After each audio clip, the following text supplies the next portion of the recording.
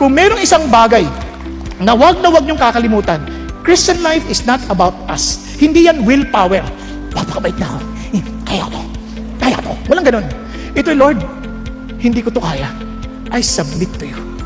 I totally offer myself to you. I surrender to you. Not me, but Christ in me. At sinasabi ko to sa inyo dahil sa tagal ko ng Christian, nakita ko na to ng maliwanag. Yung mga pagtatalo ng, sabi ng Lord, magpatawad ka. Hindi ko to kaya. Lord, hindi ko kaya, kaya I surrender.